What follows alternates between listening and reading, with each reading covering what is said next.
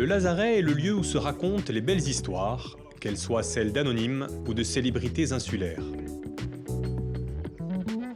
Celle de Simon Dominati ne déroge pas à la règle. C'est l'histoire d'un petit garçon né dans la quasi-misère d'un village de l'Alta Rocca. Et la suite est à découvrir, avec ou sans filtre.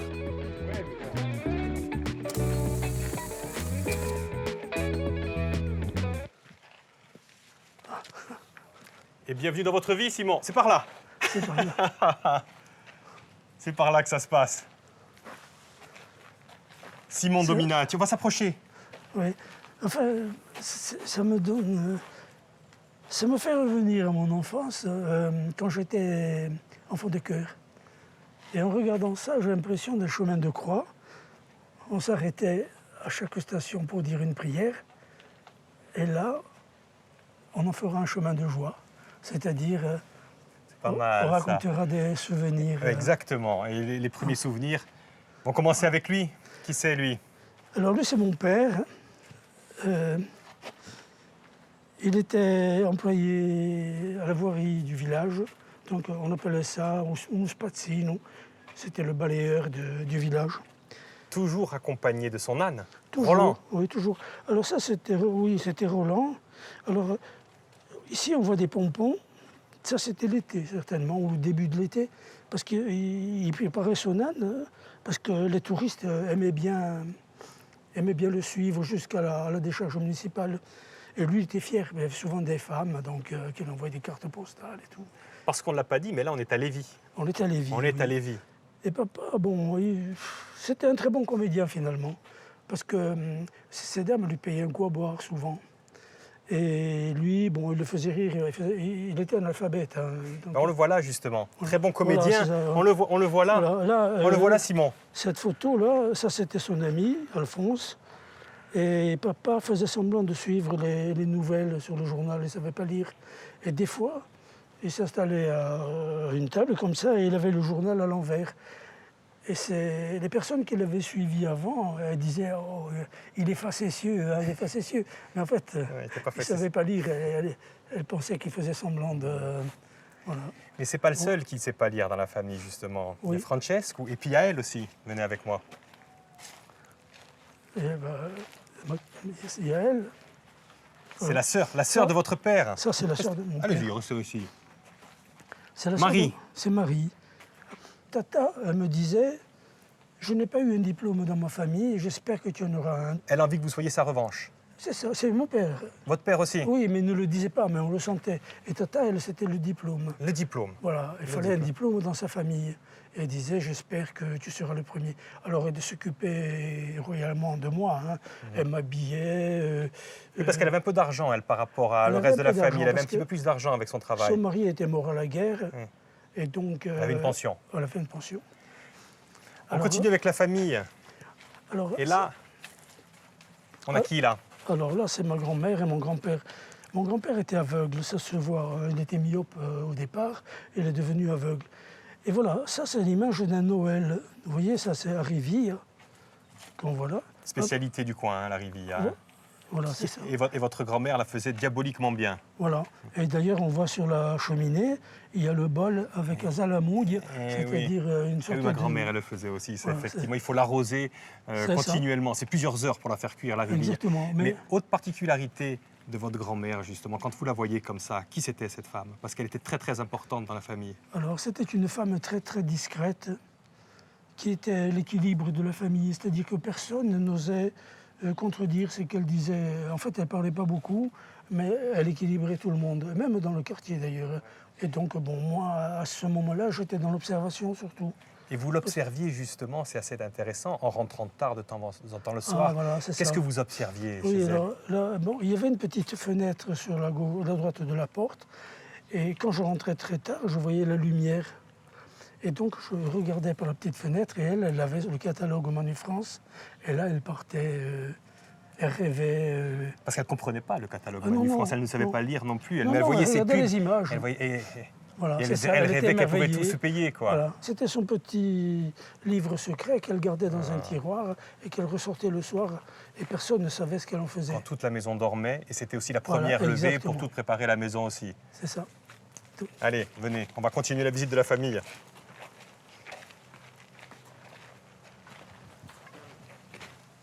Et on va arriver à elle. Voilà, alors, bon. Alors on a encore votre grand-mère, bien sûr, Ma grand-mère. et c'est la personne du milieu qui m'intéresse. Voilà, alors c'est ma mère. Bon, ma mère, c'est toujours pareil. C'était une personne qui semblait effacée dans la famille, mais en fait, secrètement, c'est elle qui dirigeait les finances et tout, et sans rien dire. Rosalie, elle, c'est la seule lettrée de la famille. C'est ça, oui. Maman avait eu le certificat d'études. Et elle l'avait eu sur un coup de Trafalgar, c'est ce que je disais. Ah bon? C'est qu'à un moment donné, on lui demande, à l'épreuve orale, l'épreuve orale de vocabulaire. On lui demande de dire, de donner le nom à un bol qui est cassé, mais pas cassé. Alors il a dit, je le sais, mais je le sais encore, c'est pas en français. Alors il dit, dites-le en corse. Elle a dit, esfilato. Alors bon, bingo, elle a eu son certificat d'études sur ce coup-là, que j'appelle le coup de Trafalgar. Le coup de Trafalgar. Allez, venez, on va arriver à vous justement aux études. Enfin, aux études, c'est un bien grand mot. Là, on est en maternelle. On a l'école de Lévis. Alors, ça, on peut voir qu'il y avait beaucoup de monde. Hein. Alors ça, l'école de Lévis était au cœur du village, parce que tous les ans, ça changeait d'endroit. Hein. C'était jamais au même endroit, on ne savait jamais où vous alliez faire la rentrée. Voilà. Vous êtes là?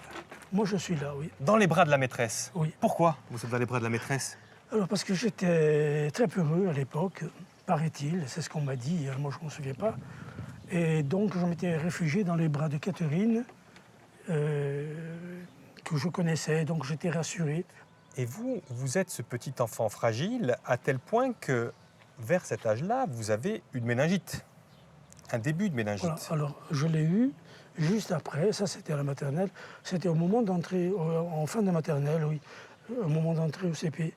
Donc j'ai eu une méningite, pas un début de méningite, et à l'époque, ils n'avaient pas le choix avec des médicaments. C'était soit la mort, soit on donnait ces médicaments-là, qui étaient des médicaments autotoxiques, c'est-à-dire qui s'attaquent au nerf auditif. Soit on devenait sourd total, soit on avait une oreille qui était totalement perdue et l'autre qui était atteinte. Et ça a été mon cas. Et donc toute ma vie, elle a fonctionné sur cette part d'oreille-là. Qu'une moitié d'oreille. Dès si jeune, vous avez 4 ans, vous n'avez plus qu'une moitié d'oreille. Voilà. Vous avez la vie devant vous, Simon. C'est ça, exactement. Et derrière vous, vous avez les espérances de vos aînés qui parient beaucoup, beaucoup, beaucoup sur exactement. vous. Et on va voir un peu ce que ça va donner. Oui. Allez, on va par là. Allez, venez, Simon.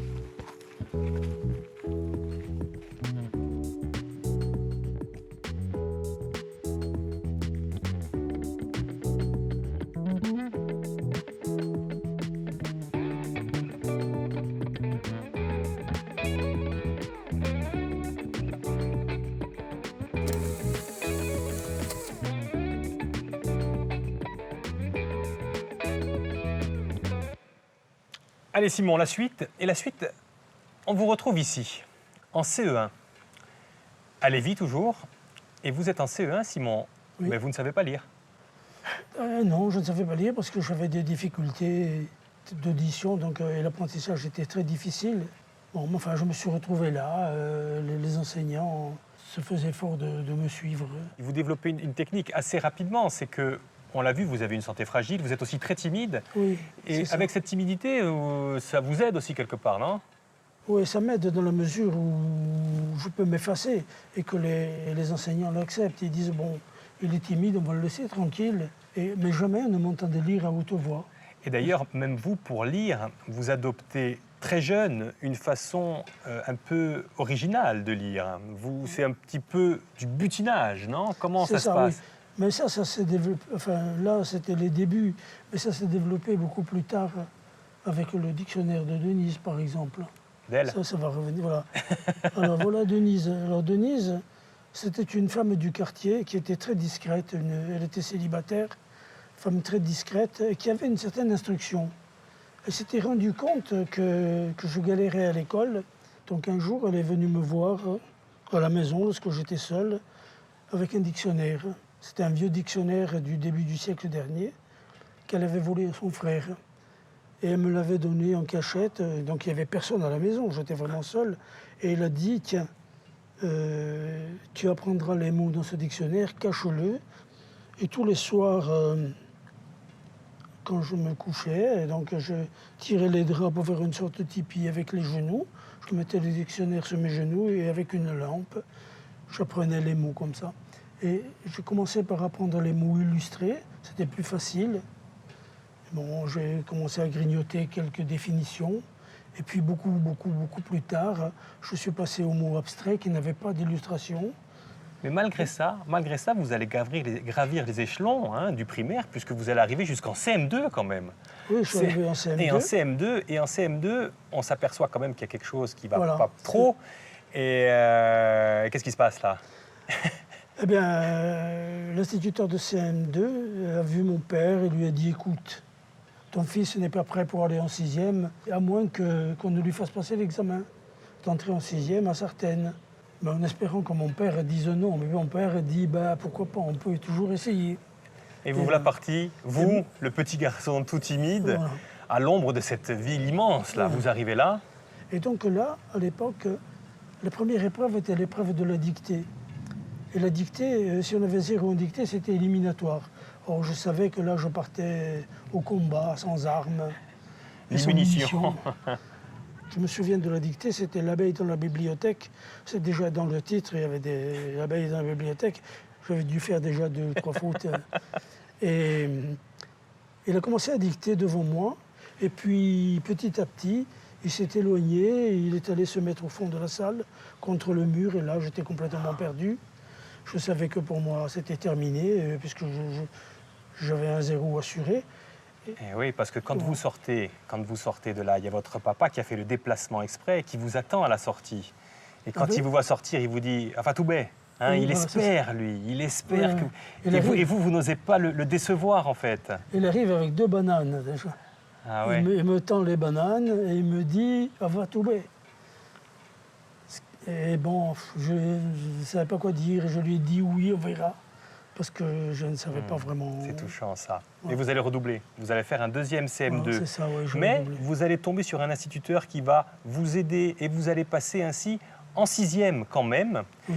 Et en 6e, vous allez tomber sur un professeur de français très à cheval sur la lecture, lui.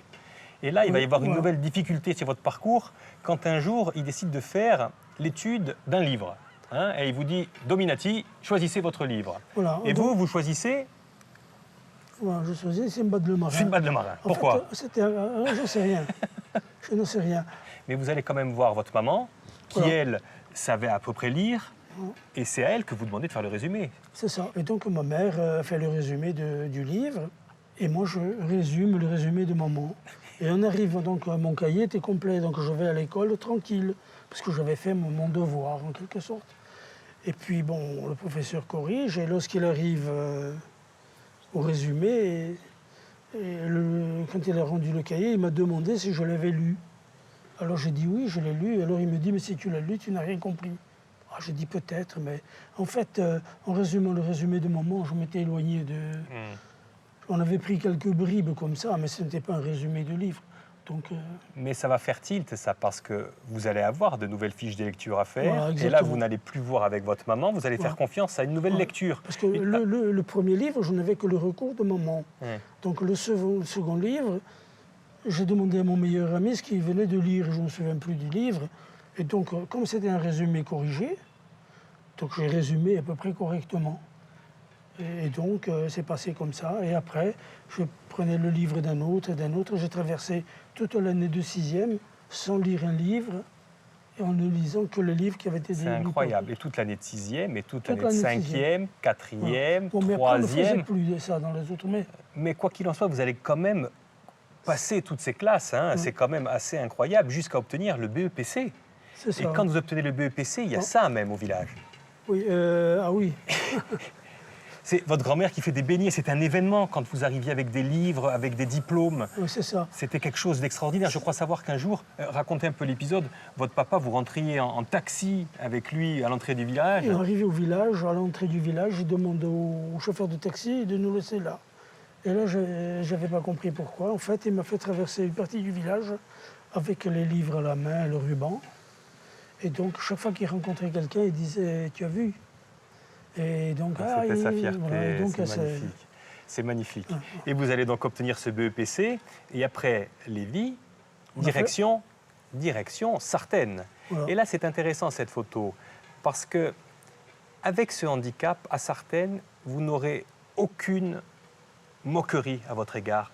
Ah oui, alors là, c'était la période de l'amitié. Il n'y avait pas ce genre de problème. Nous étions internes, tous, là. Et on était très soudés. Par exemple, la photo d'en bas, Nair, qui est médecin, maintenant, celui qui a le pull. Ouais. Et l'autre, ils étaient très bons en mathématiques. Et ils refaisaient les cours le soir pour ceux qui n'avaient rien compris pendant le cours en classe.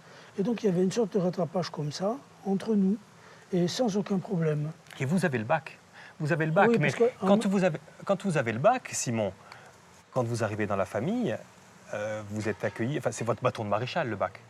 Pour moi, oui, c'était mon temps de maréchal. Oui. Je me suis dit, bon, maintenant, ça y est, je ne peux pas aller plus loin, puisque, de toute façon, mes parents ne pouvaient pas m'envoyer à l'université, on n'avait pas d'argent. Sauf que, Et j'attendais. sauf qu'il y a une opportunité qui se crée, qui arrive dans la vie, c'est on vous appelle pour être pion. C'est ça. Et Donc.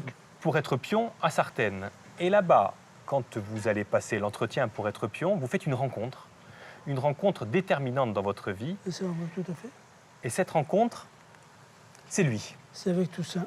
Et Toussaint, lui, Alors, il habite à Nice. Toussaint habite à Nice. Et Toussaint, plutôt que, il décèle quelque chose chez vous. Il dit, bah, tu vas pas rester là. Et il vous emmène avec lui à Nice, en fait. Voilà. Pourquoi il vous emmène avec? Pourquoi faire? Mais parce qu'il a dit que c'était pas possible. Il dit c'est du gâchis. Tu ne peux pas retourner dans ton village. Il faut que tu fasses des études supérieures. Et comme il savait que je ne pouvais pas, il a dit mais je t'emmène avec moi. Vous êtes inscrit en psychologie.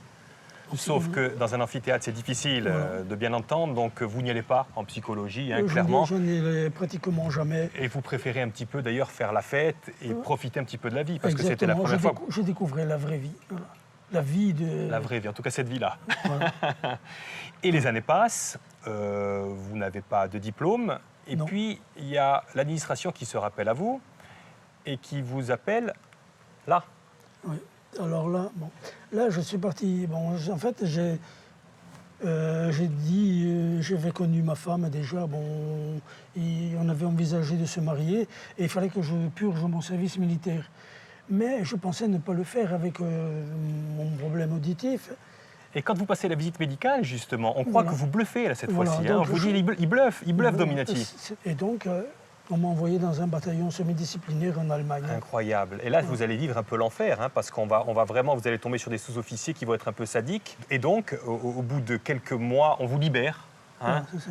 et vous rentrez. Voilà, Enfin, donc vous retrouvez Annie et vous vous mariez. on se D'ailleurs, marie. vous vous mariez, Parce que- et avec l'argent que vous récoltez pour ce mariage, vous décidez de tenter une autre aventure. C'est Quitter ça, Nice tout de suite. tout de suite pour aller à Paris. On part à Paris. Et à Paris, c'est une autre histoire qui nous À Paris, attend. c'est une autre histoire. Bon, d'abord... Eh bien, on va aller... Non, on va aller la voir là-bas. On va voir ce qui se passe à Paris. Allez, venez avec moi.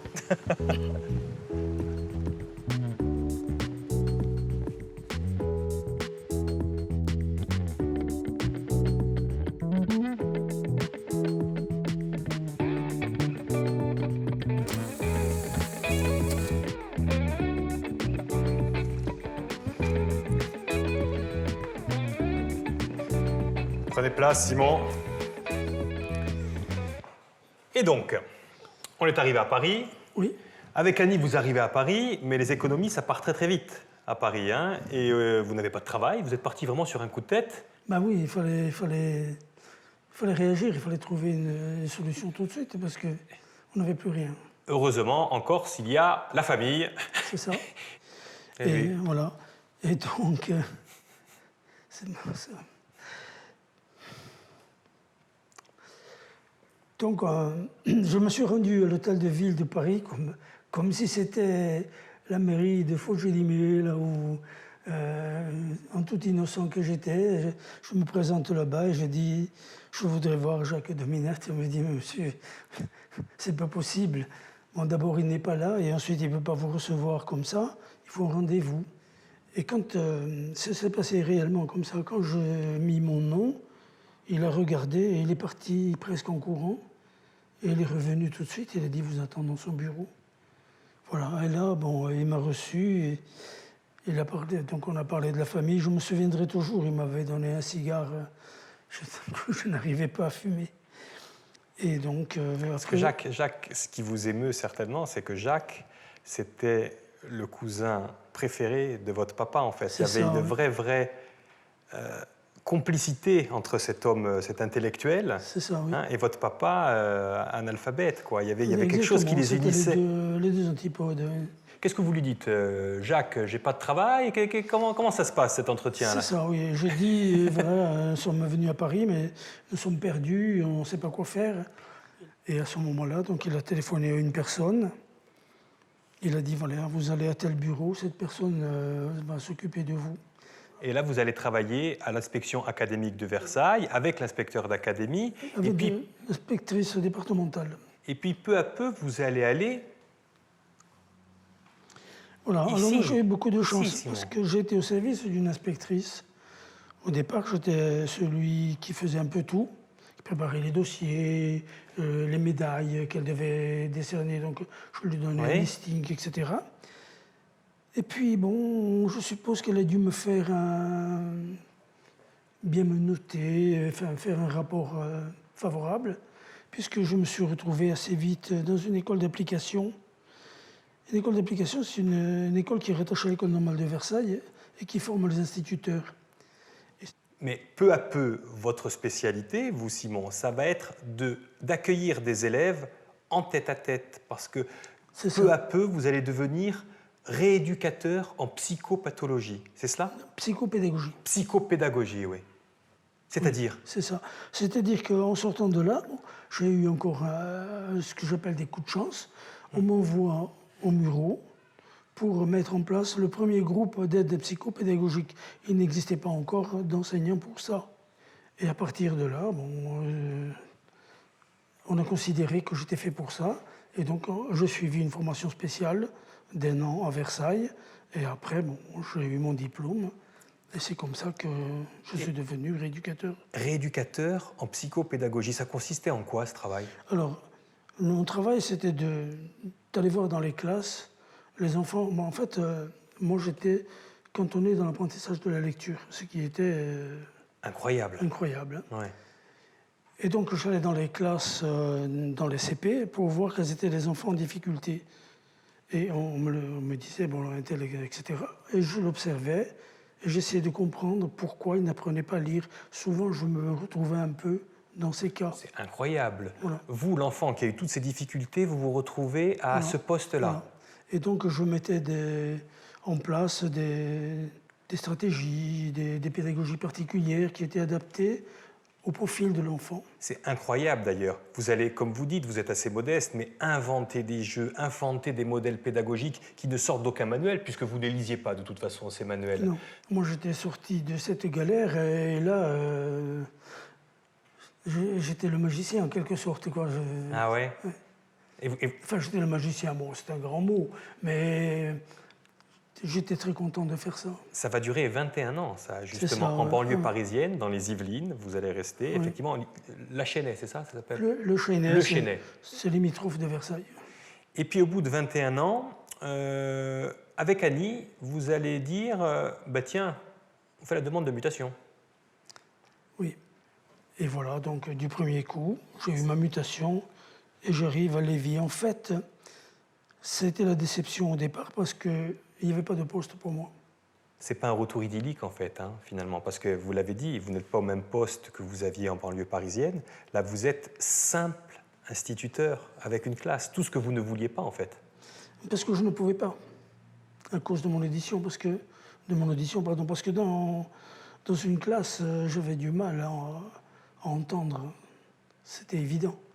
Je travaillais en situation duel et tout d'un coup, je me retrouve dans le groupe classe. Et c'est un vrai calvaire, mais vous ne vous laissez pas abattre dans un premier temps. C'est-à-dire que, comme effectivement, vous ne pouvez pas faire la classe comme tout le monde, vous ne pouvez pas entendre tous les élèves comme tout le monde, vous développez une fois de plus des instruments pédagogiques, vous inventez des jeux et vous essayez de sauver, j'ai envie de dire, chaque élève. J'essayais, oui. Je travaillais, comment dirais-je, J'essayais de voir les différents cas et je faisais du travail personnalisé au lieu de faire un travail de maître d'instituteur. Mais ça vous prenait un temps fou. Oui, mais bien sûr, mais c'est pas possible de toute façon parce que dans une classe on ne travaille pas comme ça. Mais moi je ne savais que travailler comme ça. À tel point que vous allez consulter un ORL, hein, tout bêtement pour finalement votre oui. Et cet ORL en fait, lui, il dit bon, effectivement, il y a votre oreille qui va pas trop bien. Mais il y a surtout quelque chose de plus profond, en fait. Il dit que ça va pas, quoi, en fait. Ça va pas, oui. Et il dit, puis en plus, vous êtes dépressif. Et il a dit, vous ne pouvez pas continuer. Et tant et si bien qu'en 2002, vous quittez l'éducation nationale et vous partez à la retraite, sans tambour ni trompette, vous qui étiez revenu pour aider tous les enfants de votre village. Je suis parti par la petite porte. Vous partez par la petite porte et vous l'avez encore, mauvaise. C'est quelque chose que j'ai très mal vécu. Parce que pour moi, l'école, c'était une fête. Et là, c'est comme si on m'avait dit, allez, rampe, vas-y. Je l'ai vécu comme ça. Et à la retraite, vous allez vous occuper là. Oui, le cours de la vie. Qu'est-ce que c'est, ça? Alors, d'après le thème, le cours de la vie, c'est tout ce qui me passe par la tête. Journalement, quotidiennement. Je peux écrire un article tous les jours, comme je peux en écrire 2 ou 3 par jour.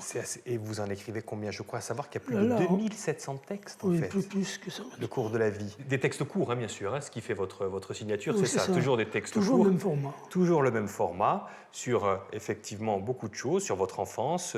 On fait beaucoup appel à la nostalgie, quand même. Hein. C'est quand même important pour vous de on appelle ça nostalgie, mais moi, c'est le plaisir de la vie. C'est-à-dire que si le passé peut éclairer mon présent, je prends. Hein. Et tant et si bien qu'un jour, il y a un éditeur qui vous appelle et qui dit « Monsieur Dominati, est-ce que vous pourriez nous envoyer 3 textes pour un livre sur la Corse ?» C'est comme ça? C'est un livre collectif sur la Corse. J'ai dit non, je ne vais pas choisir 3 textes. Et puis, je ne sais pas ce qui me prend, je leur envoie les 3 textes pour qu'ils les lisent, mais pas pour publication. Et quelques jours après, ils me disent « Écoutez, on vous accorde 50 pages. » Alors je dis « Bon, 50 pages, c'est bon. » Et j'en envoie 60. En leur disant « Je n'ai pas réussi à choisir, faites votre choix vous-même. » Et quelques jours après, il me dit « Écrivez un livre tout seul. » Voilà. Voilà, et c'est ça. Voilà. Au cœur de mon village, mon village au cœur. Premier livre, mais je l'ai là, ce livre. C'est incroyable. C'est vous, Simon Dominati, qui n'avez jamais lu un livre de votre vie, en entier. Hein, vous lisez plutôt des nouvelles, jamais. Vous êtes écrivain. Non, attention, je me dis écrivant avec ANT et écrivain avec ENT, parce que j'écris au vent, dans ce cas-là, dans le cas du blog, et écrivant au niveau des livres avec un A, parce que je ne me considère pas comme un écrivain, c'est un mot qui me plaît pas. Et vous devriez pourtant, parce que c'est magnifique, c'est une plongée dans le village de votre enfance. On retrouve un petit peu tous les personnages dont vous nous avez parlé depuis le début de l'émission, mais en beaucoup plus détaillé, avec beaucoup d'humour. Et ça sera la fin de l'émission. Cette photo. Ah, ça, ce sont mes 2 analphabètes qui m'ont guidé, qui me guident encore. C'est leur revanche que vous avez faite. C'est la revanche. C'est une revanche ou pas, votre vie? En quelque sorte, pour papa, oui. Tata, c'était le diplôme. Et bon, après, Tata était heureuse. Papa n'a pas connu jusqu'au bout, il est parti plus tôt. Mais Tata, elle était très fière de moi quand elle me voyait arriver. J'étais le bon Dieu, elle qui croyait en Dieu. C'était l'autre bon Dieu. Ce sera le mot de la fin. Allez, levez-vous, mettez-vous à côté de moi, on va faire le selfie pour finir. Voilà. Merci infiniment, Simon. Merci. Je croise les doigts pour votre prochain livre, hein, à l'ombre de l'école. Oui. Et puis nous, on verra du côté de Lévis, de toute façon, immanquablement. Allez, vous c'est par là et moi c'est par là. Allez, au revoir. Au revoir.